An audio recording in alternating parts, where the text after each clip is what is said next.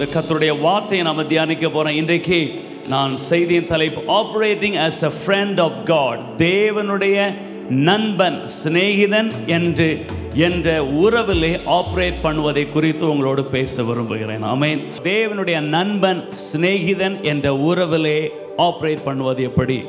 ದೇವರ ಜೊತೆ ಸ್ನೇಹಿತನಾಗಿ ಆಪರೇಟ್ ಮಾಡೋದು ಹೇಗೆಂಬುದಾಗಿ ನಾವು ನೋಡೋಣ. தேவனை நாம் அப்பாவாக பார்த்து பேசி ஜெபிக்கிறோம். ದೇವರನ್ನ ನೋಡಿ ನಾವು ತಂದೆ ಎಂಬುದಾಗಿ ನಾವು ನೋಡಿ ಪ್ರಾರ್ಥಿಸುತ್ತೇವೆ. அது ஒரு அனுபவம். ಅದೊಂದು ಅನುಭವ.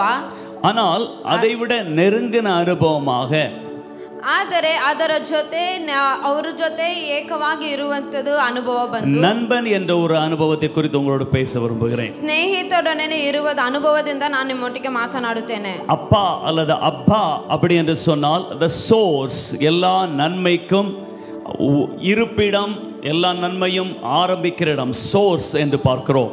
ಅಪ್ಪ ಎಂದರೆ ಎಲ್ಲ ಸೋರ್ಸ್, ಎಲ್ಲವನ್ನೂ ನಮಗೆ ಒದಗಿಸಿ ಕೊಡುವಂತ ಕರ್ತನೆಂಬುದಾಗಿ ನಾವು ನೋಡುತ್ತೇವೆ. நண்பன் என்று சொல்லும்போது, ಸ್ನೇಹಿತನಂತ ಹೇಳಿದಾಗ நம்மோடு இருந்து நம்முடைய உயர்விலும் தாழ்விலும் நம்முடைய பலகீனங்களும் நம்முடைய எல்லாவற்றையும் நம்மோடு கூட இருந்து புரிந்து அறிந்து நம்மை கை கொடுத்து உதவி செய்கிற ஒரு நபர். ಸ್ನೇಹಿತರೆಂದರೆ ನಮ್ಮ ಜಯದಲ್ಲೂ ನಮ್ಮ ಸೋಲಲ್ಲೂ ನಮ್ಮ ಎಲ್ಲ ಬಲಹೀನತೆದಲ್ಲೂ ಜೊತೆಗಾರನಾಗಿ ಕೈ ಹಿಡಿದು ನಡೆಸುವಂತದೇ ಸ್ನೇಹಿತನು.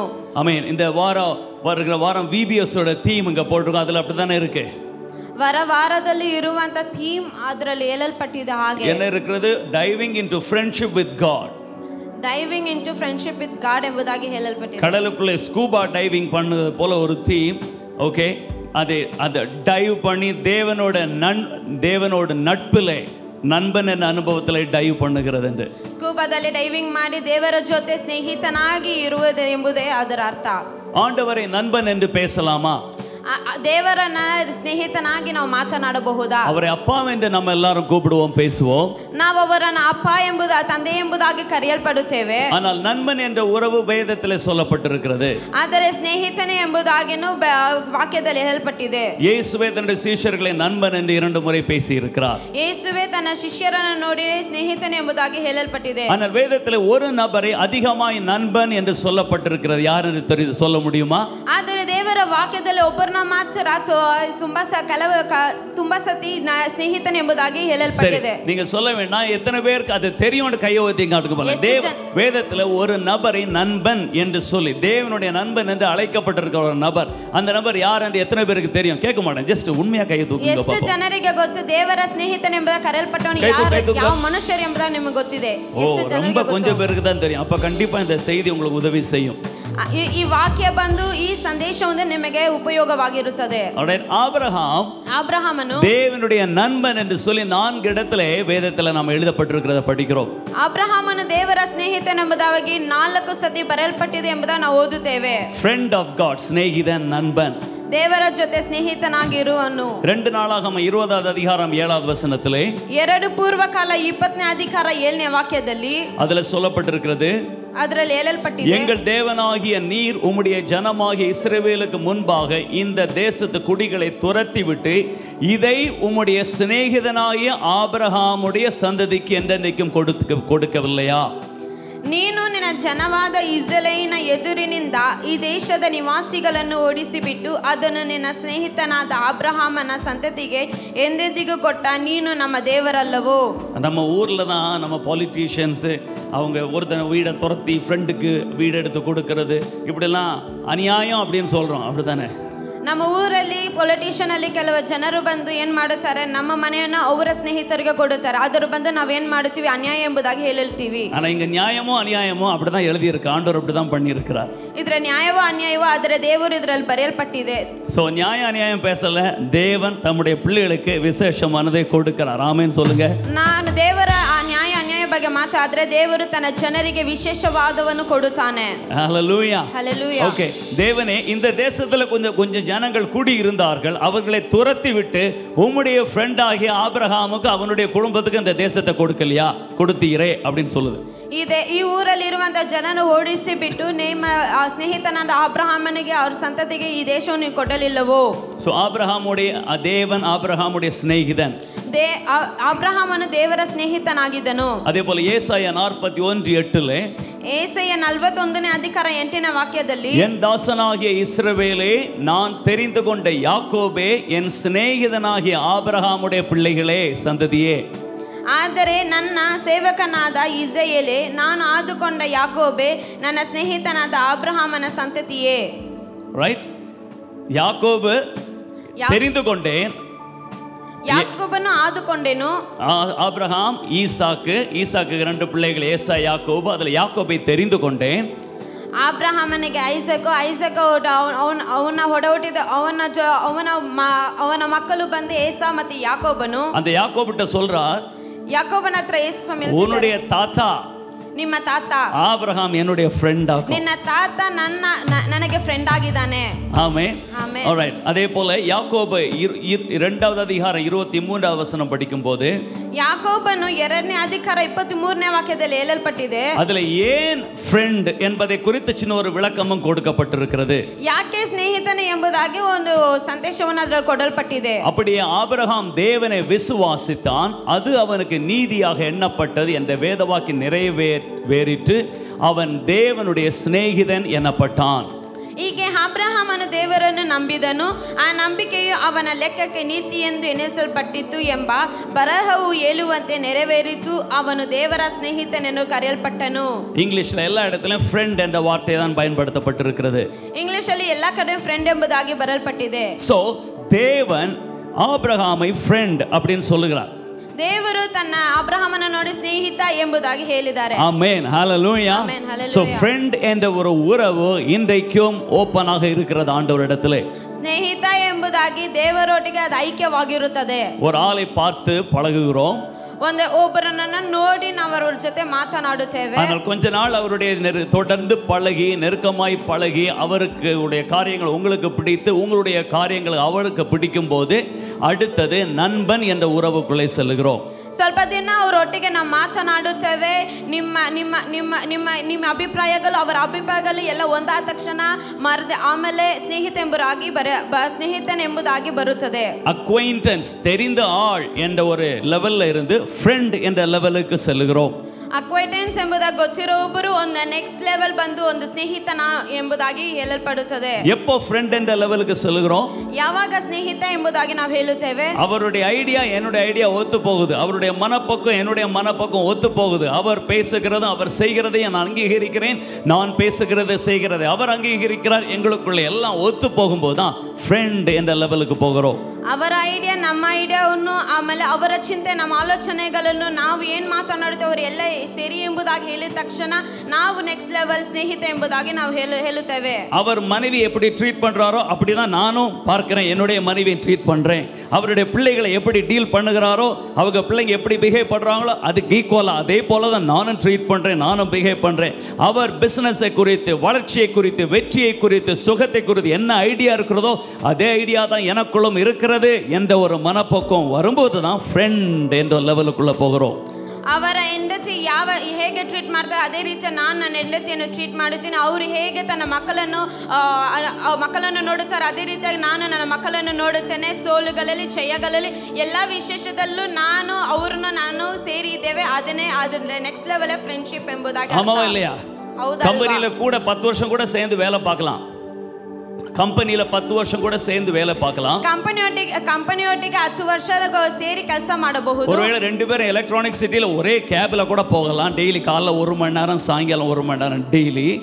ಎಲೆಕ್ಟ್ರಾನಿಕ್ ಸಿಟಿಯಲ್ಲಿ ಬೆಳಗ್ಗೆ 1 ಅವರ್ ಸಾಯಂಕಾಲ 1 ಅವರ್ ಎಂಬುದಾಗಿ ನಾವು ಹೋಗಬಹುದು சேர்ந்து நீங்க ஒருவேளை சாயங்காலம் ஜிம்முக்கு போகலாம் ஷட்டில் விளையாடலாம் எல்லாமே செய்யலாம் ಸೇರಿ ಜಿಮ್ಗೆ ಹೋಗಬಹುದು ಎಲ್ಲ ಕಡೆಗೂ ಹೋಗಬಹುದು ஆனால் அவருடைய மனப்போக்கம் உங்களுக்கு பிடிக்கலனா ಆದರೆ ಅವರ ಅಭಿಪ್ರಾಯ ನಿಮಗೆ ಇಷ್ಟ ಆಗಲ್ಲದಿದ್ದರೆ ஏதோ விளையாடுகிறோம் கம்பெனில இருக்கிறோம் என்ற பெயருக்காக சேர்ந்து இருந்தாலும் ஃப்ரெண்ட்ஷிப் டெவலப் ஆகாது ಹೇಗೋ ಅವರ ಜೊತೆ ನಾನು ಕೆಲಸ ಮಾಡುತ್ತೇನೆ ಎಂಬುದಾಗಿ ಇದ್ದರೆ ಅದು ಫ್ರೆಂಡ್ಶಿಪ್ ಎಂಬುದು ಬರುವುದಿಲ್ಲ நீங்கள் நீங்க ஒரு ரிசார்ட்டுக்கு போணும் ஒரு ட்ரிப்புக்கு போணும் அப்படி நினைச்சீங்கன்னா ನೀವು ಒಂದು ಟ್ರಿಪ್ ಹೋಗ್ಬೇಕೆಂಬುದಾಗಿ ಆಲೋಚನೆ ಮಾಡಿದರೆ அவர் குடும்பத்தை கூட்டிட்டு போக மாட்டீங்க.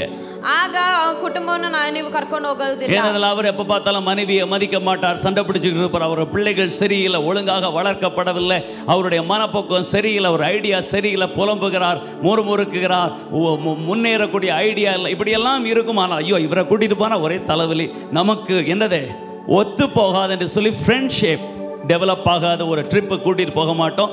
ஆஃபீஸில் ஹலோ சார் நல்லா இருக்கீங்களா அப்படின்னு வச்சுருவோம். அதோட அப்படித்தானே ಅವರು ತನ್ನ ಹೆಂಡತಿಯನ್ನು ಸರಿಯಾಗಿ ಟ್ರೀಟ್ ಮಾಡುವುದಿಲ್ಲ, ತನ್ನ ಮಕ್ಕಳನ್ನ ಸರಿಯಾಗಿ ಟ್ರೀಟ್ ಮಾಡುವುದಿಲ್ಲ. ಇವ್ರು ಬಂದ್ರೇನೆ ಒಂದೇ ತಲೆನೋವು ಎಂಬುದಾಗಿ ಅವರು ನಾನು ಟ್ರಿಪ್ಪಿಗೂ ಕರ್ಕೊಂಡು ಹೋಗುವುದಿಲ್ಲ. ಅದು ಫ್ರೆಂಡ್ಶಿಪ್ ಡೆವಲಪ್ಮೆಂಟ್ ಆಗುವುದಿಲ್ಲ.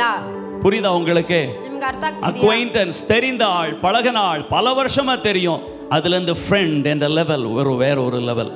ಅಕ್ವೈಟೆನ್ಸ್ ಎಂಬುದಾಗಿ ಗೊತ್ತಿರುವಂತ ಮನುಷ್ಯನು ಅನುಭವದಿಂದ ಸ್ವಭಾವ ಎಲ್ಲವನ್ನು ಸೇರಿದ್ದಾರೆ. ಆದರೆ ಫ್ರೆಂಡ್ಶಿಪ್ ಒಂದು ಬೇರೆ ರೀತಿಯಲ್ಲಿ ಇರುತ್ತದೆ.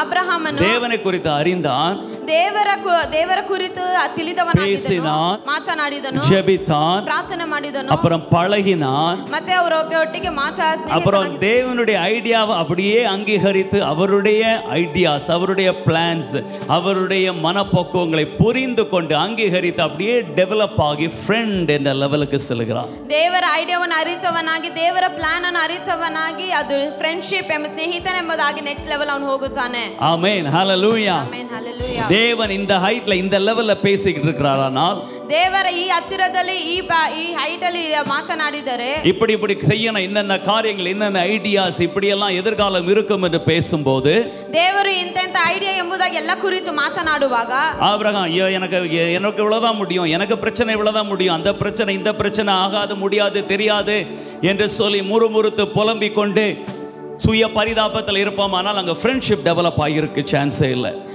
ಅಬ್ರಹಾಮನು ನನಗೆ ಇಷ್ಟೇ ಆಗುತ್ತದೆ, ನನಗೆ ಅದು ಸಮಸ್ಯೆ ಇದೆ, ಈ ಸಮಸ್ಯೆಗಳು ಇದೆ ಎಂಬುದಾಗಿ ಹೇಳಿದರೆ ಅವನು ಬಂದು ದೇವರ ಪ್ಲಾನ್ ಅಷ್ಟು ಹೈಟಿಗೆ ಹೋಗೋಕೆ ಹತ್ತಿರ ಹೋಗೋಕೆ ಸಾಧ್ಯವಾಗುತ್ತಿರಲಿಲ್ಲ.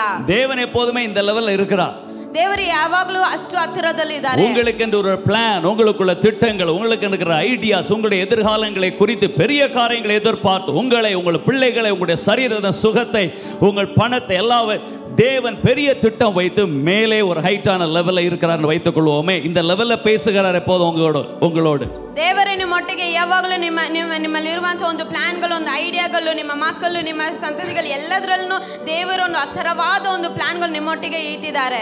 நீங்க இந்த லெவல்ல இருந்துகிட்டு அவன் இப்படி சொல்றான், இவன் இப்படி சொல்றான், அவன் குனிஞ்சான், அவன் பரிகாசம் பண்றான், பணம் இல்ல, அந்த நோய் இந்த நோய், அவன் பிரச்சனை இவன் பிரச்சனையே பேசிக்கிட்டு இருந்தா அங்க என்ன நடக்கும்? ಫ್ರೆಂಡ್ಶಿಪ್ வராது, அங்கே டிஸ்டர்பன்ஸ் தான் இருந்து கொண்டிருக்கும். ನೀವು ಯಾವಾಗಲೂ ಈ ಸ್ಥಾನದಲ್ಲಿ ಸ್ವಲ್ಪ ಕೆಳಗಡೆ ಸ್ಥಾನದಲ್ಲಿ ಇದ್ದುಕೊಂಡು ನನಗೆ ಈ ಸಮಸ್ಯೆ ಇದೆ, ಪರಿಹಾಸ ಮಾಡ್ತಿದ್ದಾರೆ, ನನಗೆ ಅಂತ ಸಮಸ್ಯೆಗಳೆಲ್ಲ ಇದಿದೆ ಎಂಬುದಾಗಿ ಹೇಳಿದರೆ ಹತ್ತಿರವಾದ ದೇವರು ಇಟ್ಟಿರುವಂತ ಪ್ಲಾನ್ಗಳಲ್ಲಿ ನಾವು ಹೋಗೋಕೆ ಸಾಧ್ಯವಾಗುವುದಿಲ್ಲ, ಅದರಲ್ಲಿ ಸ್ನೇಹಿತರಾಗಿರುವಕ್ಕೆ ಸಾಧ್ಯವಾಗುವುದಿಲ್ಲ, ಅದರಲ್ಲಿ ಡಿಸ್ಟರ್ಬೆನ್ಸ್ ಆಗಿರುತ್ತದೆ. ஒரு முறை நான் 12th முடிச்சிட்டு ஒரு வருஷம் எல்லாரும் அந்த ஏதாவது என்ன சொல்ல இம்ப்ரூவ்மெண்ட், மெடிக்கல் கோர்ஸ் படிக்கணும், இன்ஜினியரிங் படிக்கணும்னு ஃபேமிலியில் ஒரே ப்ரெஷர். நமக்கு அதெல்லாம் இன்ட்ரெஸ்ட் இல்லை, ஆனாலும் ஃபேமிலி ப்ரெஷர் இருந்ததுனால 12th முடிச்சுட்டு ஒரு வருஷம் சும்மா இருந்தேன். சும்மானா லோக்கலில் ஒரு காலேஜில் அப்ளை பண்ணிவிட்டு அட்மிஷன் எடுத்துகிட்டு ஒரு வருஷம் சும்மா இம்ப்ரூவ்மெண்ட் பண்ணலாம், திருப்பி எக்ஸாம் எழுதலாம், ஃபெயில்லாம் ஆகலை, பாஸ் ஆகிட்டேன், ஓகே பாஸ் ஆகிட்டேன், ஓகே, ஆனால் திரும்ப எழுதலாம் அப்படின்ற மாதிரி ஒரு வருஷம் சும்மா அப்படியே பொழுது போக்கிட்டு இருந்தேன். ನಾನು 8ನೇ ಕ್ಲಾಸ್ ಮುಗಿದಾದ ಮೇಲೆ ನನ್ನ ಕುಟುಂಬ ಒಂದು ಪ್ರೆಷರ್ ಮಾಡಿದ್ರು, ಮೆಡಿಕಲ್ ಇಂಪ್ರೂವ್ಮೆಂಟ್, ಇಂಜಿನಿಯರಿಂಗ್ ಏನಾದರೂ ಓದಬೇಕೆಂಬುದ ಪ್ರೆಷರ್ ಮಾಡಿದ್ದರಿಂದ ನಾನೊಂದು ಕಾಲೇಜಲ್ಲಿ ಹೋಗಿ ಸೇರಿ ಅದರಲ್ಲಿ ನಾನು ಓದಿದೆ. அப்போ ஒரு நல்ல ஒரு பிஸ்னஸ் அதிபதி, என்னுடைய சொந்தக்காரர், வெளிநாட்டில் செட்டில் இருக்கிறவர், அவர் வந்து என்னிடத்தில் சில காரியங்களை பேசி பிஸ்னஸை பற்றி பல காரியங்களை பேசி கொண்டிருந்தார். ನನ್ನ ಕುಟುಂಬದಲ್ಲಿ ಒಬ್ಬರು ಅವರು ಬಂದು ಅಚ್ಚಿಪತಿ ಅವರು ಒಂದು ಬಿಸ್ನೆಸ್ ಮಾಡುವಂತವರು, ಅವರು ನನ್ನೊಟ್ಟಿಗೆ ಕುತ್ತುಕೊಂಡು ಎಲ್ಲ ಬಿಸ್ನೆಸ್ ಕುರಿತು ಮಾತನಾಡುತ್ತಿದ್ದರು. நீ எக்ஸ்போர்ட் லைசன்ஸ் எடு, எக்ஸ்போர்ட் அப்படி பல காரியங்களை என்னிடத்துல பேசிக்கிட்டு இருந்தா. அப்போ நான் 12th முடிச்ச அந்த டைம்ல 12th ಆದಮೇಲೆ ಅವರು ಅನೇಕ ಕಾರ್ಯಗಳ ಕುರಿತು ನನ್ನೊಟ್ಟಿಗೆ ಮಾತನಾಡುತ್ತಿದ್ದರು. ஒரு ஸ்டார் ஹோட்டல்ல நாங்க உட்கார்ந்து பேசிட்டு இருக்கோம். இங்க தான் டாஜ் ரெசிடென்சி பெங்களூர்ல.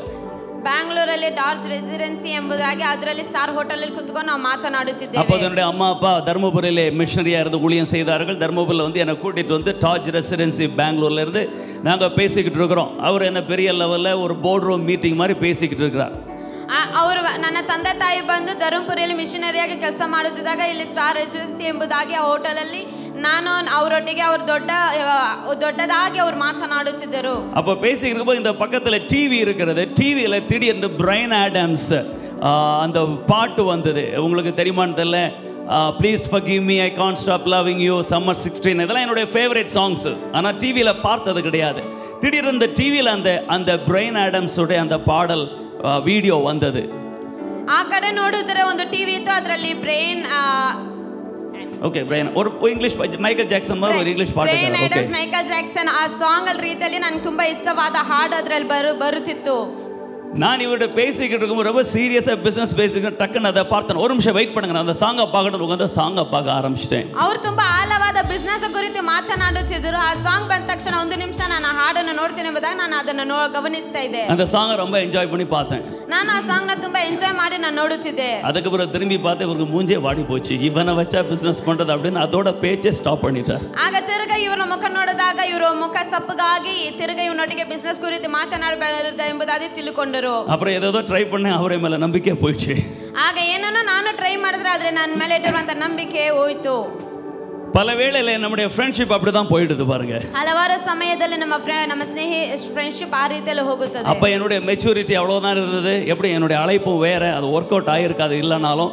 பட் அவர்கள் இந்த லெவல்ல பேசும்போது நம்ம இந்த லெவல்லே இருப்போம்னா அங்க கனெக்ஷனே ஆகாது. ನನ್ನ ಮೆಚುರಿಟಿ ಬೇರೆ, ನಾನು ಕರೆಯಲ್ಪಟ್ಟಿದ್ದು ಬೇರೆ. ಆದ್ರೆ ನಾನು ಹತ್ತಿರವಾದ ಇರುವಾಗ ಕೆಳಗಡೆ ಬಂದು ಆ ರೀತಿಯಲ್ಲಿ ಮಾತನಾಡಲು ಸಾಧ್ಯವಾಗುತ್ತಿರಲಿಲ್ಲ. நமக்கும் தேவனுக்கும் உறவு எனக்கும் அந்த டிவிக்கும் அந்த அங்கிளுக்கும் இடையில இருக்கிற உறவை போல தான் அநேகம் இருக்கிறது. ನಮ್ಮ ದೇವರೊಟ್ಟಿಗೆ ಇರುವಂತ ಸಂದೇಶ ಫ್ರೆಂಡ್ಸ್ ಲೀಡ್ ಬಂದು ಅದ್ರ ಟಿವಿ ಒಟ್ಟಿಗೆ ಹೇಗೆ ಮನುಷ್ಯನೊಟ್ಟಿಗೆ ಇದೆ ಅದೇ ರೀತಿಯಲ್ಲಿ ನಾವೆಲ್ಲರೂ ದೇವರೊಟ್ಟಿಗೆ ಇದ್ದೇವೆ. நாம் எப்போதும் மிஸ் பிஞ்சிங், அவன் இப்படி சொல்றான், இவன் இப்படி சொல்றான், அவன் அழுதான், அவன் குறிஞ்ச அந்த பிரச்சனை இந்த பிரச்சனை, இந்த பக்கத்திலே இந்த மனப்பக்குவத்திலே இருக்கிறோம். தேவன் பெரிய காரியங்களை டேபிளுக்கு அந்த பக்கம் வந்து நம்மகிட்ட பேசிட்டு இருக்கிறார். நாம் வருகிற டிவி, வருகிற கொசு, வருகிற வருகிற எல்லாவற்றையும் வைத்தே பேசிக்கொண்டே இருப்போமானால் ಫ್ರೆಂಡ್ಶಿಪ್ ಡೆವಲಪ್ ಆಗಾது, ಅಂಡರ್ಸ್ಟ್ಯಾಂಡಿಂಗ್ ಡೆವಲಪ್ ಆಗಾது. ನಾವೊಂದು ಸ್ಪಿಂಚುದಾರಾಗಿ ಹೇಗೆಂದರೆ ಅದ್ರ ಬಂದು ಅನೇವಾರು ಸಮಸ್ಯೆಗಳ ಕುರಿತು ಅವರ ಕುರಿತು ಇವರ ಕುರಿತು ನಾವು ಮಾತನಾಡುತ್ತೇವೆ. ದೇವರು ನಮ್ಮ ಮುಂದುಗಡೆ ಟೇಬಲ್ ಹಾಗೆ ಕುತ್ತುಕೊಂಡು ಮಾತನಾಡುತ್ತಿದ್ದರು. ನಾವು ಸೊಳ್ಳೆಗಳನ್ನು ನೋಡುತ್ತೇವೆ, ಟಿವಿಯನ್ನು ನೋಡುತ್ತೇವೆ. ಆ ರೀತಿಯಲ್ಲಿ ಇಲ್ಲಿ ಡೆವಲಪ್ಮೆಂಟ್ ಫ್ರೆಂಡ್ಶಿಪ್ ಡೆವಲಪ್ಮೆಂಟ್ ಬಂದು ಸಾಧ್ಯವಾಗಲ್ಲ. பாரமான யாவத்தையும் நெருக்கிற பாவத்தையும் துதறி தள்ளிவிட்டு ஓட்டத்தை துவக்குகிறவரும் முடிக்கிறவருமாகிய இயேசு கிறிஸ்துவை நோக்கி இலக்கை நோக்கி தொடருவோம். அதுதான் அழைப்பு. ಭಾರವಾಗಿರುವಂತ ಎಲ್ಲವನ್ನು ಒದಗಿಸಿ ಬಿಟ್ಟು ಕರ್ತನ ಕರೆಯಲ್ಪಟ್ಟು ನಮಗೆ ಕೊಟ್ಟಿರುವಂತ ಕರೆಯುವನೆಯನ್ನು ನೋಡಿ ನಾವು ಕರ್ತನೊಟ್ಟಿಗೆ ಹೋದಾಗ ಅದೇ ಒಂದು ಕರುವಿಕೆ ಎಂಬುದಾಗಿ பவுல் சொல்லுகிறார், நான் சாதித்தேன், நான் அக்கம்ப்ளிஷ் பண்ணினேன் என்று சொல்லாமல் எதற்கென்று என்னை அழைத்தாரோ அதை பெற்றுக்கொள்ளத்தக்கதாக ஆவலாய் ஓடுகிறேன், பரம அழைப்பின் பந்தய பொருளை நோக்கி ஓடுகிறேன் என்று சொல்லுகிறார். ಅಪೊಸ್ತಲ ಪೌಲ್ ಬಂದು ತನ್ನ ಕರುವಿಕೆಯನ್ನು ನೋಡಿ ಮುಗಿಯುವಂತದ್ದು ಅಂತ ಹೇಳಿದಿರಾಗಿ ತನ್ನ ಕರುವಿಕೆಯನ್ನು ಇನ್ನೂ ಮುಂದುವರಿಸುತ್ತಾನೆ ಎಂಬುದಾಗಿ ಅವರು ಅದನ್ನು ಹೇಳುತ್ತಾರೆ. இங்கே ஆபிரகாம் ஏன் ஃப்ரெண்ட் என்ற லெவலுக்கு எப்படி வர முடிந்தது? ஆபிரகாமன் ಹೇಗೆ ಒಂದು ಸ್ನೇಹಿತ ಲೆವೆಲ್ಗೆ ಹೇಗೆ ಬಂದನು? அவன் தேவனை விசுவாசித்தான், அது அவனுக்கு நீதியாக எண்ணப்பட்டது, அவன் சிநேகிதன் எனப்பட்டான். ಅವನು ದೇವರನ್ನು ನಂಬಿದನು, ನಂಬಿಕೆಯು ಅವನ ಲೆಕ್ಕಕ್ಕೆ ನೇತಿವಂತೆ ನೆನೆಸಲ್ಪಟ್ಟಿದ್ದು, ಆದ್ದರಿಂದ ಅವನು ದೇವರ ಸ್ನೇಹಿತನೆಂದು ಕರೆಯಲ್ಪಟ್ಟನು. ஆதியாகமத்தில் இந்த சம்பவத்தின் டீடைலை படிக்கலாம். ஆதியாகமம் 15 அதிகாரம் 4 வசனத்திலிருந்து. ಆದಿಕಾಂಡ 15ನೇ ಅಧಿಕಾರ 4ನೇ ವಾಕ್ಯದಿಂದ ನಾವು ಆಳವಾಗಿ ನಾವು ಓದಬಹುದು. அப்பொழுது கர்த்தருடைய வார்த்தை அவனுக்கு உண்டாகி, இதோ உனக்கு இவன் உனக்கு சுதந்திரவாளி அல்ல. அதாவது அவனுடைய வேலைக்காரன் தான் என்னுடைய சுதந்திரவாளி, எனக்கு பிள்ளைகள் இல்லை என்று சொல்லி ஆபிரகாம் நினைத்துக் கொண்டிருந்தான். அப்பொழுது இவன் உனக்கு சுதந்திரவாளி அல்ல, உன் கற்ப பிறப்பானவனே உனக்கு சுதந்திரவாளி என்று சொல்லி அவனை அவர் வெளியே அழைத்து, நீ வானத்தை அண்ணாந்து பார், நட்சத்திரங்களை எண்ண உன்னால் கூடுமோ, அவைகளை எண்ணு என்று சொல்லி பின்பு அவனை நோக்கி, உன் சந்ததி இவனமாய் இருக்கும் என்றார். அவன் கர்த்தரை விசுவாசித்தான், அது அவனுக்கு நீதியாக எண்ணப்பட்டது. சோ கர்த்தரை விசுவாசித்தான். இந்த லெவல்ல தான் இருக்கிறான். ஆனா அவருடைய வார்த்தையை அங்கீகரிக்கிறான். அது அவனுக்கு நீதியாக எண்ணப்பட்டது. ಅಬ್ರಹಾಮನು ಯೆಹೋವನನ್ನು ನಂಬಿದನು, ಆದ್ದರಿಂದ ಅವನ ನಂಬಿಕೆಯನ್ನು ಅವನ ಲೆಕ್ಕಕ್ಕೆ ನೀತಿವಂತನೆನಿಸಲ್ಪಟ್ಟಿದ್ದು, ಅದರಿಂದ ಅವನ ಸ್ನೇಹಿತನಾದನು. ஹல்லேலூயா. ஹல்லேலூயா. அந்த இருக்கிற அனுபவம் பார்த்து உணர்ந்து அனுபவத்தின்படி நாம் சில காரியங்களை பார்க்கிறோம், உணர்கிறோம், நம்புகிறோம். ನಾವು ಹಲವಾರು ಅನುಭವದಿಂದ ನಾವು ನೋಡುತ್ತೇವೆ, ನಾವು ಅದನ್ನು ಅನುಭವಿಸುತ್ತೇವೆ. ஆனா இன்னொரு தேவனுடைய நண்பன் என்ற லெவலுக்கு போகணும்னா தேவன் சொல்லுகிறதை அப்படியே அங்கீகரிக்கக்கூடிய ஒரு அனுபவம், விசுவாசம். ಆದರೆ ದೇವರೊಟ್ಟಿಗೆ ನಾವು ಸ್ನೇಹಿತ ಎಂಬುದಾಗಿ ಅಷ್ಟು ಮಟ್ಟಿಗೆ ನಾವು ಹೋಗಬೇಕಾದ್ರೆ ದೇವರ ಮೇಲೆ ಇರುವಂತಹ ನಂಬಿಕೆ, ವಿಶ್ವಾಸ ಬೇಕಾಗಿರುತ್ತದೆ. இப்போ இந்த லாஸ்ட் பாட்டை பாடினோம், கர்த்தர் நம்மை ஆசீர்வதிப்பார், அவர் தயவு பிள்ளைகள் மேலே செழிப்பு, விடுதலை, சுகம் என்று பாடினோமே. ಕೊನೆ ಹಾಡಲ್ಲಿ ನಾವು ಹಾಡಿದ್ದೇವೆ, ಅವರ ದಯವು ನಮ್ಮ ಕುಟುಂಬ ಮೇಲೆ, ನಮ್ಮ ನಮ್ಮ ಸಂತತಿಗ ಮೇಲೆ ನಾವು ಹಾಡಿದ್ದೇವಲ್ವೇ. அதிலே ஆமென் ஆமென் என்று நிறைய பாடுறோம். ಅದರಲ್ಲಿ ಆಮೆನ್ ಆಮೆನ್ ಎಂಬುದಾಗಿ ನಾವು ಹಾಡುತ್ತೇವೆ. அது என்ன மந்திர சொல்? ಅದು ಯಾವ ಮಂತ್ರ?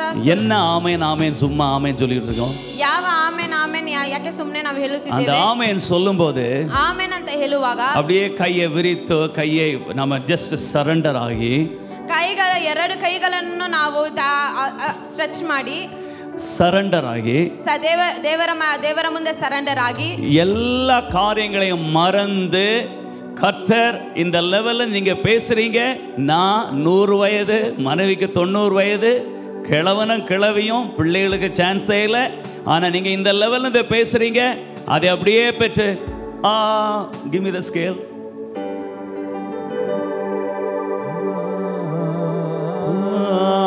ஆமென் ஆமென் ஆமென். No scale, I'm getting the scale. Help me. கர்த்தர் நம்மை ஆசீர்வதிப்பார், அவர் முகத்தை நம்மேல் பிரகாசிப்பார், நம்மை காப்பார், கிருபையால் மறைப்பார், சமாதானம் தருவார். எல்லாரும் கைகளை எப்படி விரித்தவனமே ஆமென் ஆமென் ஆமென்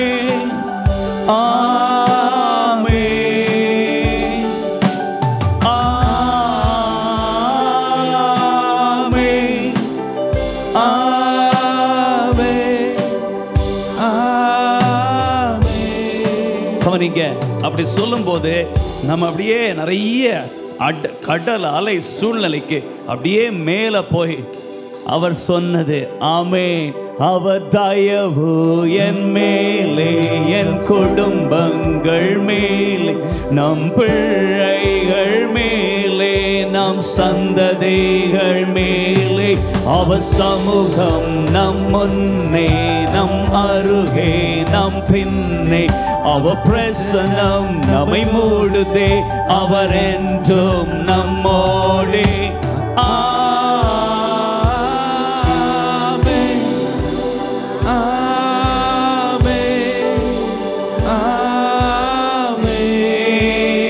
மறுபடியும்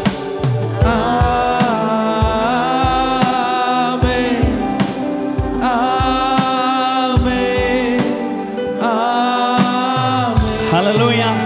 இது எப்படின்னா, you are flying over the wind and the wave and the battle. அந்த கடல் அலை பிரச்சனை, டாக்டர் ரிப்போர்ட், பண பிரச்சனை, மக்கள் பேச்சு, அவதூறு, தூஷிப்பு எல்லாவற்றுக்கும் மேலே ஆமென் என்று பறக்கிற அனுபவம், கர்த்தருடைய நண்பன் என்ற அனுபவம். ಆಮೆನ್ ಅಂತ ಹೇಳಿದರೆ ಕರ್ತರ ಅನುಭವ, ಅದು ಕಡಲಗಳು ಅಲೆಗಳ ಮೇಲೆ ಹತ್ತಿರವಾದ ಇರುವಂತ ಸ್ಥಾನದಲ್ಲಿ ನಾವು ಕರ್ತನೊಂದಿಗೆ ಇರುವಂತ ಐಕ್ಯವೇ ಸ್ನೇಹಿತ ಎಂಬುದಾಗಿ ಹೇಳಲ್ಪಟ್ಟಿರುತ್ತದೆ. ஹல்லேலூயா. சூழ்நிலைக்கு மேல நீங்கள் சூழ்நிலையை விட பெரியவர்களாய், சூழ்நிலையை விட பலசாலிகளாய், கண்டு கேட்டு இருக்கிற பயமுறுத்துகிற காரியங்கள், அதற்கு மேலே வந்து விடுகிறீர்கள். ಸಿಚುವೇಶನ್ ನೋಡಿ ಅದರ ಹತ್ತಿರವಾದ ಮೇಲೆಗಳನ್ನು ಸಮಸ್ತಗಳನ್ನು ನೋಡಿ ಅದರ ಮೇಲೆಗಳನ್ನು ನಾವು ಅದರ ಮೇಲೆ ಎಲ್ಲವನ್ನು ಜಯಿಸಿ ನಾವು ಮೇಲೆ ಬಂದ್ರೇನೆ ಮಾತ್ರನೇ ದೇವರೊಟ್ಟಿಗೆ ಸ್ನೇಹಿತರಾಗಿರೋಕೆ ಇದು ಒಂದು ಆವಿಕುರಿಯ ಅನುಭವ. ಇದು ಒಂದು ಸ್ಪಿರಿಚುವಲ್ ಆಗಿರುತ್ತದೆ.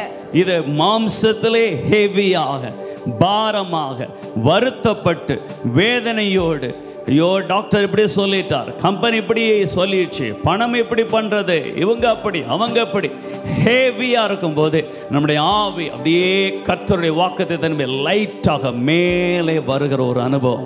ಮಾಂಸದಲ್ಲಿ ನಾವು ಹೆವಿಯಾಗಿ ಇರುವಾಗ, ಭಾರವಾಗಿರುವಾಗ, ಡಾಕ್ಟರ್ ಈ ರೀತಿಯಲ್ಲಿರುವ ಹಣ ಕೊರತೆಗಳು ಇದನ್ನೆಲ್ಲವನ್ನು ನೋಡಿ ಕರ್ತನ ವಾಕ್ಯನ ಧ್ಯಾನ ಮಾಡುವಾಗ ನಾವು ಹತ್ತಿರದಲ್ಲಿ ಬರುತ್ತದೆ.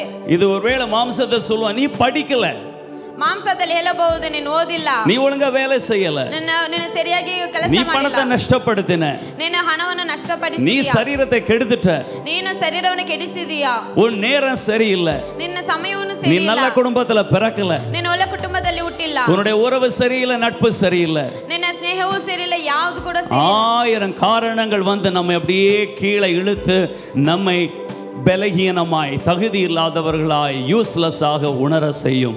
1000 ಕಾರಣಗಳನ್ನು ನಮಗೆ ಕೆಳಗಡೆ ತಗ್ಗಿಸಿ ನಾನು ಒಂದಕ್ಕೆ ಉಪಯೋಗ ಆಗಿರುವಂತದ್ದು ಒಂದಕ್ಕೂ ಉಪಯೋಗ ಇಲ್ಲವಂತದ್ದು ಯೂಸ್ಲೆಸ್ ಎಂಬುದಾಗಿ ಹೇಗೆ ನಾವು ಕೆಳಗಡೆ ಹೋಗುತ್ತೇವೆ. ஆனால் எல்லாம் ஒருவேளை அதெல்லாம் உண்மையா கூட இருக்கலாம், ಆದರೆ ಎಲ್ಲವನ್ನು ನಿಜವಾಗಿ ಇರಬಹುದು, ಫ್ಯಾಕ್ಟ್ ಆಗಿ இருக்கலாம், ಫ್ಯಾಕ್ಟ್ ಆಗಿರಬಹುದು. ஆனால் ட்ரூத் என்ன, சத்தியம் என்ன, ಆದರೆ ಸತ್ಯ ಟ್ರೂತ್ ಯಾವುದು? கர்த்தர் என்னை எதற்கென்று அழைத்திருக்கிறார், ಕರ್ತನ ನನ್ನ ಯಾವತ್ತಕ್ಕೋಸ್ಕರ ಕರೆದಿದ್ದಾನೆ, என்னுடைய ஆவி இன்னும் தேவனோடு கனெக்ட் ஆயிருக்கிறது, ನನ್ನ ಆವಿ ಕರ್ತನೊಂದಿಗೆ ಯಾವಾಗಲೂ ಕನೆಕ್ಟ್ ಆಗಿದೆ.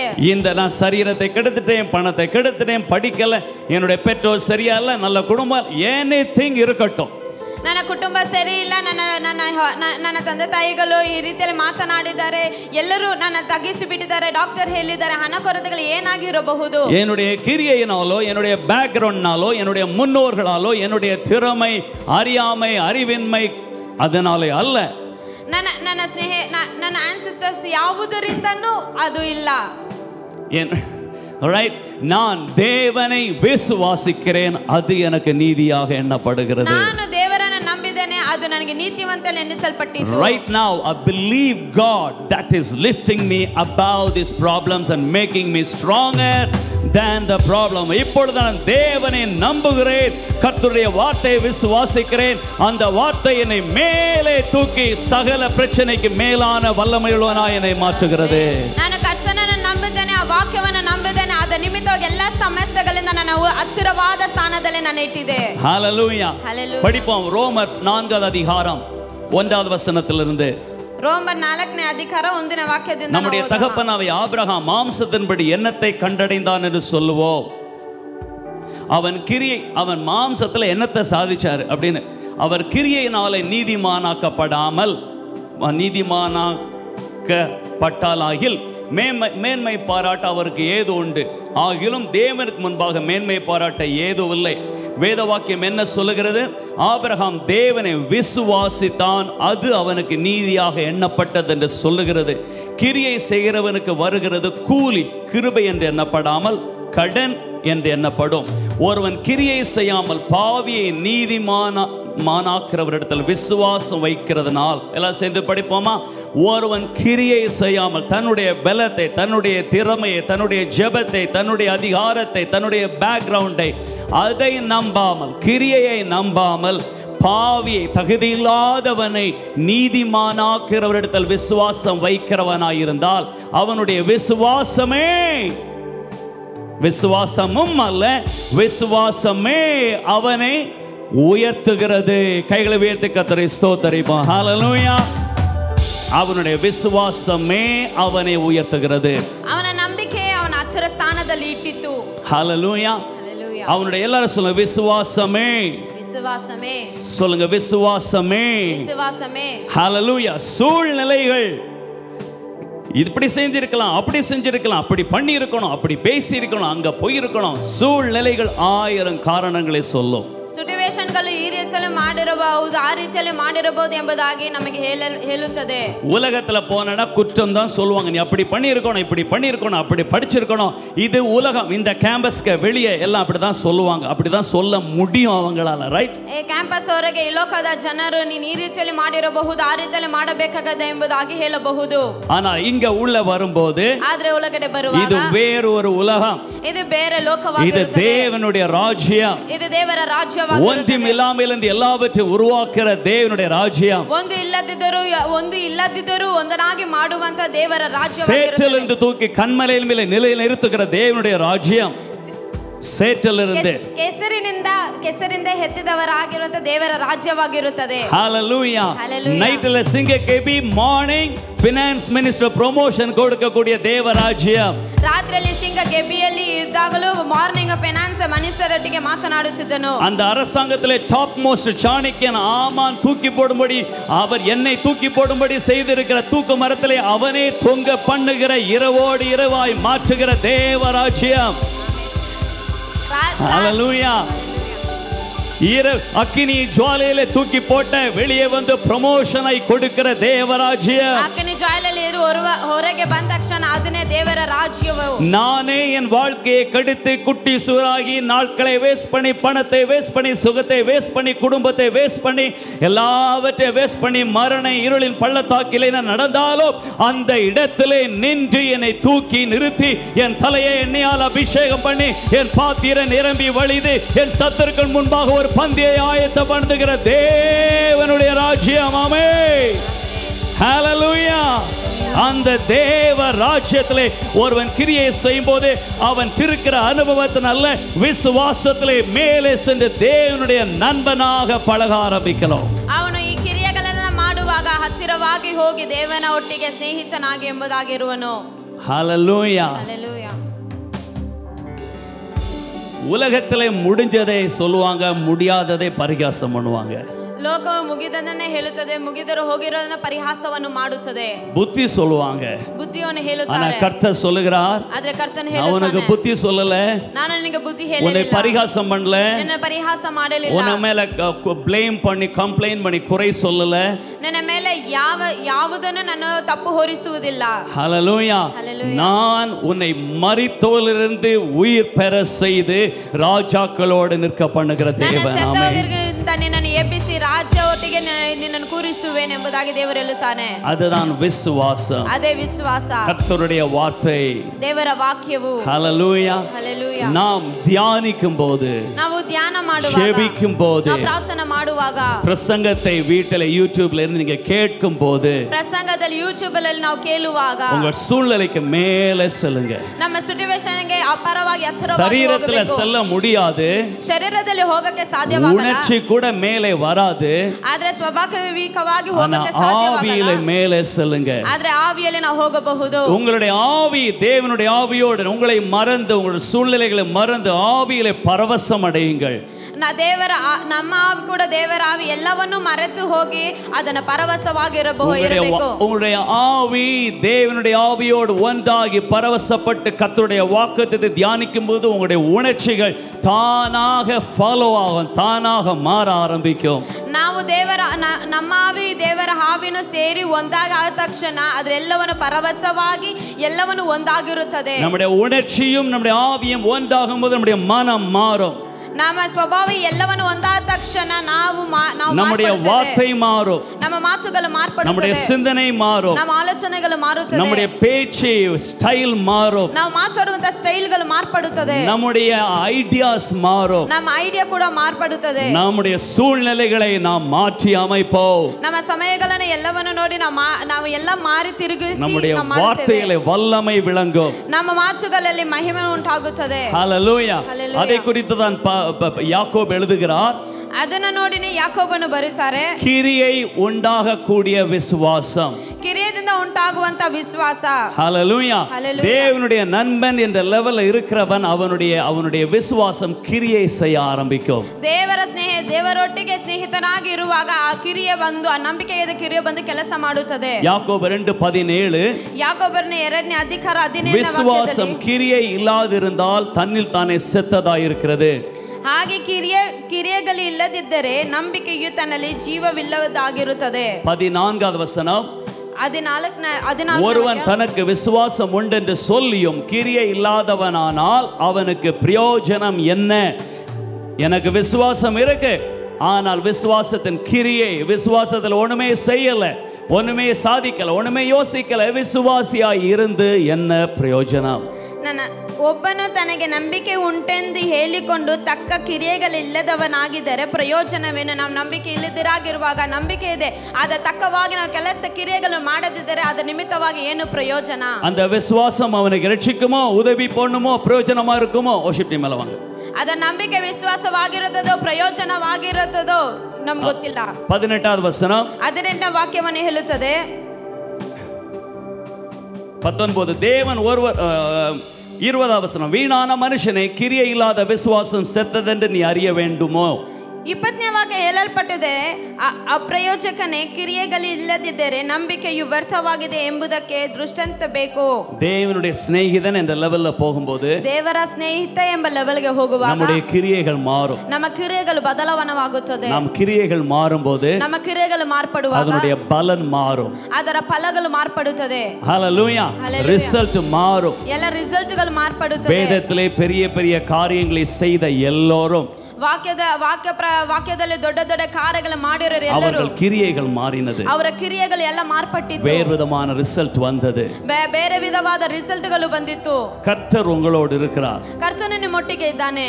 தேவனோடு வாழுகிற வாழ்க்கை ஒரு அட்வென்ச்சர் வாழ்க்கை. ದೇವರ ಜೊತೆಗೆ ಬಾಳುವಂತ ಬಾಳ್ವಿಕೆಯು ಅದು ಒಂದು ಅಡ್ವೆಂಚರ್ ಜೀವನವಾಗಿರುತ್ತದೆ. ஹalleluya. ಹಲ್ಲೆಲೂಯಾ. அது காற்று, கடல், ಅದು ಒಂದು ಗಾಳಿ ಕಡಲಾಗಿರುತ್ತದೆ. அதற்கு மேலே செல்கிற ஒரு வாழ்க்கை, ಅದರ ಮೇಲೆ ಹತ್ತಿರವಾಗಿ ಹೋಗುವಂತ ಒಂದು ಜೀವನ. கர்த்தரை நம்பி ஒரு ஸ்டெப் எக்ஸ்ட்ராவா எடுத்து வைக்கிற வாழ்க்கை. ಕರ್ತನನ್ನು ನಂಬಿ ಮುಂದೆ ಒಂದು ಸ್ಟೆಪ್ ಇಡುವಂತದ್ದಾಗಿದೆ. சொல்லுது உங்களுக்கு புரியுதா?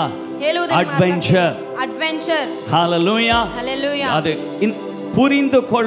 புரிந்து கொள்ள முடியாத காரியத்தை விசுவாசித்து ஒரு படி வைக்கிற வாழ்க்கை. ಅರ್ಥವಾಗದಿರುವಂತ ಕಾರ್ಯಗಳು ವಿಶ್ವಾಸದಿಂದ ಮುಂದೆ ಒಂದು ಅಡಿ ಇಡುವಂತದೇ. அவர் நண்பனாக உங்க கூடவே இருக்கிறார்.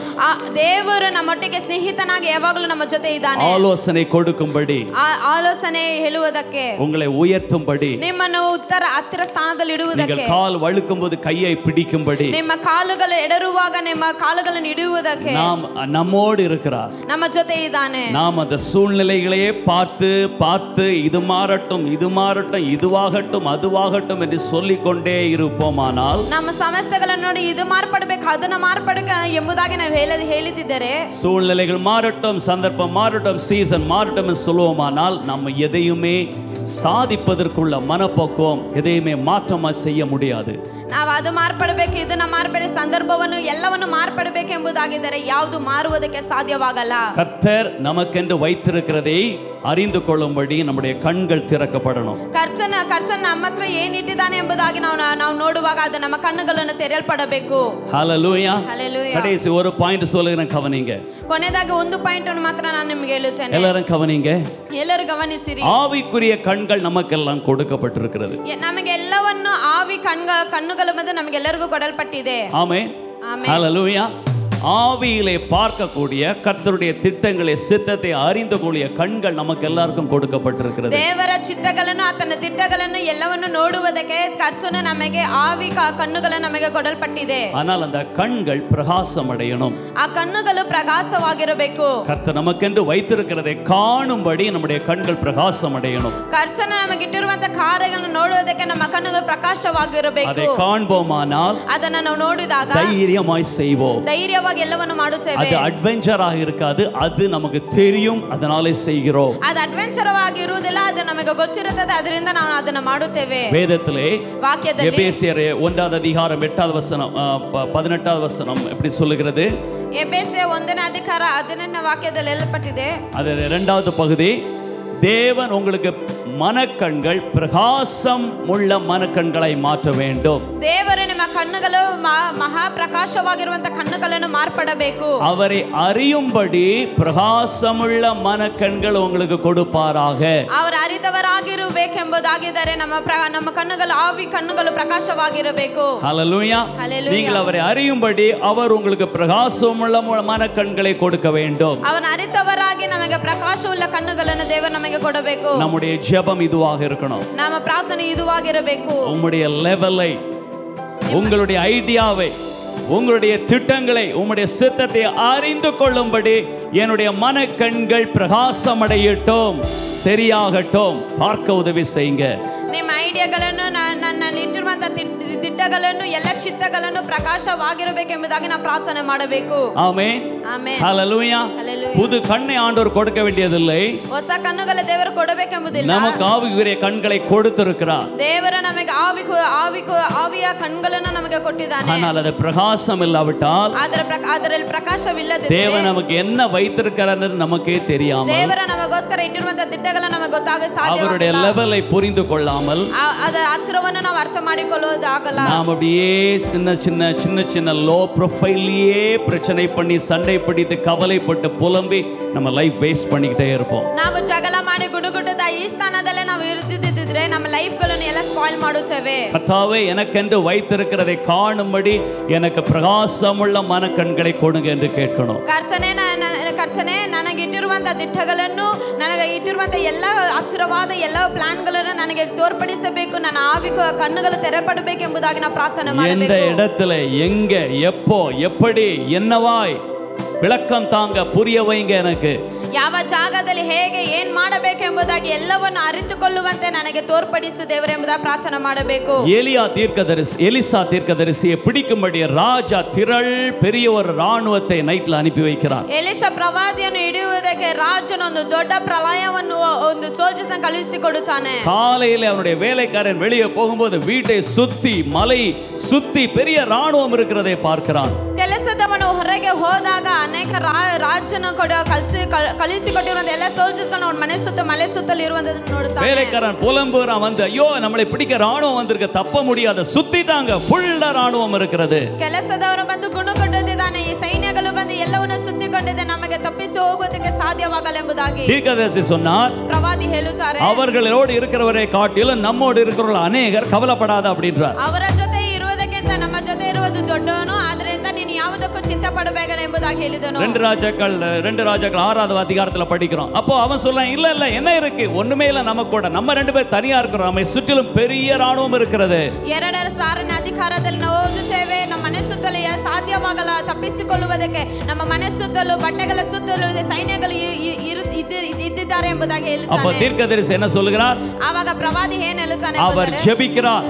ಅವನು ಪ್ರಾರ್ಥನೆ ಮಾಡಿದನು, கர்த்தாவே ಇವನ கண்களை திறந்தருளும். 2 ராஜாக்கள் 6:17. கர்த்தாவே இவன் மன கண்களை திறந்தருளும் என்று விண்ணப்பம் பண்ணினான். 2 ಅರಸನು 6ನೇ ಅಧಿಕಾರ 17ನೇ ವಾಕ್ಯದಲ್ಲಿ ಹೇಳಲ್ಪಟ್ಟ ಪ್ರವಾದಿ ಪ್ರಾರ್ಥನೆ ಮಾಡುತ್ತಾನೆ, ದೇವರೇ ಇವನ ಕಣ್ಣುಗಳು ತೆರೆದಿರಬೇಕೆಂಬುದಾಗಿ ಪ್ರಾರ್ಥನೆ ಮಾಡುತ್ತಾನೆ. அப்பொழுது தேவன் இவனுடைய ஆவிக்குரிய கண்களை திறக்கிறார். ಆಗ ದೇವರು ಪವಿತ್ರಾತ್ಮನು ಅವನ ಆವಿ ಕಣ್ಣುಗಳನ್ನು ತೆರೆಯುತ್ತಾನೆ. பாருங்க, கண்ணு கொடுக்கல, கண்ணு ஏற்கனவே இருக்கு, இருந்த கண்ணை திறக்கிறார். ಕಣ್ಣು ಕೊಡಲ್ಪಟ್ಟಿಲ್ಲ, ಆದ್ರೆ ಆವಿ ಕಣ್ಣುಗಳನ್ನು ಆಲ್ರೆಡಿ ಕೊಡಲ್ಪಟ್ಟಿದೆ, ಆದ್ದರಿಂದ ದೇವರು ಅದನ್ನು ತೆರೆಯುತ್ತಾನೆ. புரியுதா உங்களுக்கு? ನಿಮಗೆ ಅರ್ಥವಾಗುತ್ತಿದೆಯಾ? எல்லாருக்கும் இருக்கு, நெற்றி கண்ணை சொல்லல, ஆவியின் கண்ணை சொன்னேன். ಎಲ್ಲರಿಗೂ ಕೊಡಲ್ಪಟ್ಟಿದೆ, ನಾನು ಬಂದು ಹಣೆ ಮೇಲೆ ಇರುವಂತ ಕಣ್ಣು ಹೇಳಲಿಲ್ಲ. இருக்கு, ஆனா திறக்கப்படவில்லை.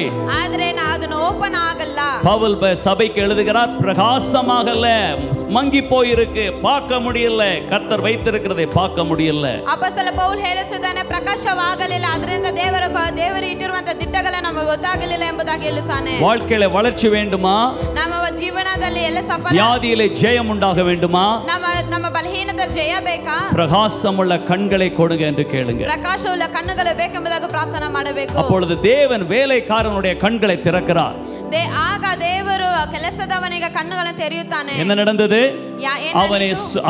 அவன் சுற்றிலும் அக்கினிமயமான ரதங்கள் இவர்களை சுற்றி இருக்கிறதை வேலைக்காரன் பார்க்கிறார். ಅನೇಕ ರಥಗಳನ್ನು ಇದ್ದಿದ್ದು ಅವನು ನೋಡುತ್ತಾನೆ. ஹalleluya.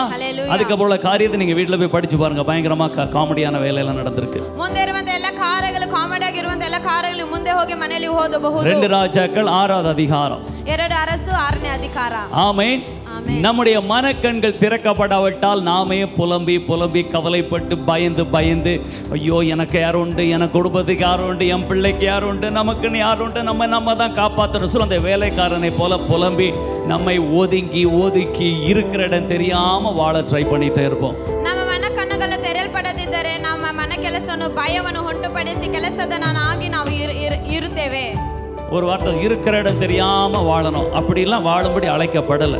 ಒಂದು ಮಾತು ಇದೆ, ಇದ್ದಿರೋ ಜಾಗವನ್ನು ಗೊತ್ತಿದ್ದರೆ ನಾವು ಜೀವನ ಮಾಡಬೇಕೆಂಬುದಾಗಿ ಹೇಳಿದೆ. ಆ ರೀತಿಯಲ್ಲಿ ನಾವು ಇರಬಾರದು. ரைட். மனக்கண்கள் திறக்கப்படாவிட்டால் மன கண்ணுகளை தெரியதிದ್ದರೆ நம்மை சுற்றிலும் இருக்கிற ராணுவம் அக்கினிமயமான ரதங்களை நம்ம பார்க்க முடியாது. நம்ம எதிரியை மட்டும் பார்த்துக்கிட்டு ஐயோ ஐயோ என்று சொல்லி கொண்டிருப்போம். ನಮ್ಮ ಸುತ್ತಲಿರುವಂತ ರಥಗಳನ್ನು ಆತನ ಅಗ್ನಿ ಜ್ವಾಲೆಗಿರುವಂತ ಸೇನೆಯನ್ನು ನಾವು ನೋಡದಿದ್ದರೆ ಅದರ ರಥಗಳನ್ನು ನೋಡಿ ಆ ಸೈನ್ಯಗಳನ್ನು ನೋಡಿ ನಾವು ಭಯಪಡುತ್ತೇವೆ. உங்கள் மனக்கண்களை கர்த்தர் திறப்பாராக. ನಿಮ್ಮ ಮನ ಕಣ್ಣುಗಳ ಕರ್ತನ ಎಲ್ಲರೂ சொல்லுங்க என் மனக்கண்களை திறந்தருளும் ராஜா. என் மனக்கண்கள் திறந்தருளும். என்னுடைய ஆவிக்குரிய கண்கள் திறக்கப்படட்டும். எங்கள் ஆவிக்குரிய கண்கள் திறக்கப்படட்டும். எனக்கென்று கர்த்தர் வைத்ததை காணும்படி,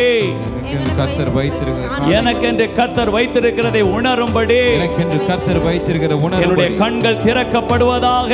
கண்கள் திறக்கப்படுவதாக. மனக்கண்கள் திறக்கப்படுவதாக. மனக்கண்கள் திறக்கப்படுவதாக. இயேசுவின் நாமத்திலே. இயேசுவின் நாமத்திலே. ஆமென். ஆமென். எழுந்து நிற்கலாமா? ஹalleluya.